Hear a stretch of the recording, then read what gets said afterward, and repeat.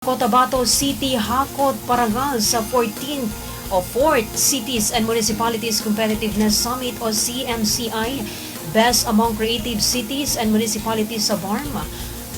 May report si Howie Heverola. Kabanderang Howie, ibandera mo. Bandera Reports Afternoon Edition. Muling pinatunayan ng Cotabato City Government at sa pangunguna sa larangan ng competitiveness matapos makuha ang pinakamataas na parangal sa lahat ng mga haligi ng kompetisyon sa ika-4 na Cities and Municipalities Competitiveness Index Summit Best Among the BARM na ginanap ngayong araw ika-18 sa buwan ng Enero sa Ibrahim Hall and Manor Hotel and Resto. Ito ay kasunod ng kaparehong tagumpay noong nakaraang taon sa ilalim ng pamumuno at administrasyong para sa lahat. Ang CMCI na isinusulong ng Bangsamoro Autonomous Region of Muslim Mindanao Ministry of Trade, Investment and Tourism o MTIT at ng Department of Trade and Industry Competitiveness of Bureau ay patuloy na nagbibigay ng pagkilala sa mga lungsod at munisipalidad na nagpapakita ng natatanging pag-unlad sa ekonomiya, pamamahala, infrastruktura at resiliency.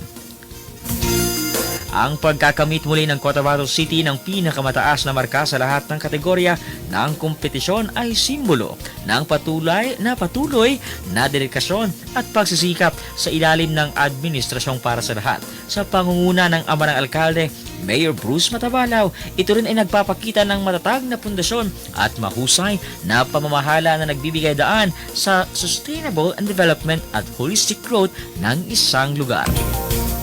Sa kanyang mensahe, ipinahayag ni Mayor Matabalaw ang kanyang malalim na pasasalamat at pangako para sa mas magandang kinabukasan.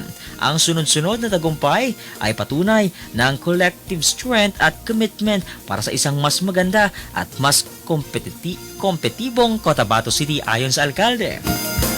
Aniya, ang bawat pagkilala ay nagbibigay ng inspirasyon sa nagpapatuloy at hindi lamang para panatilihin ang posisyon kundi para sa itaas ang antas ng serbisyo at dedikasyon sa bawat Cotabateño.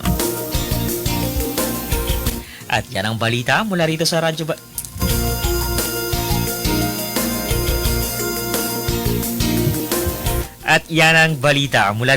Bandera Cotabato. Howie Heverola, basta balita, ibandera mo.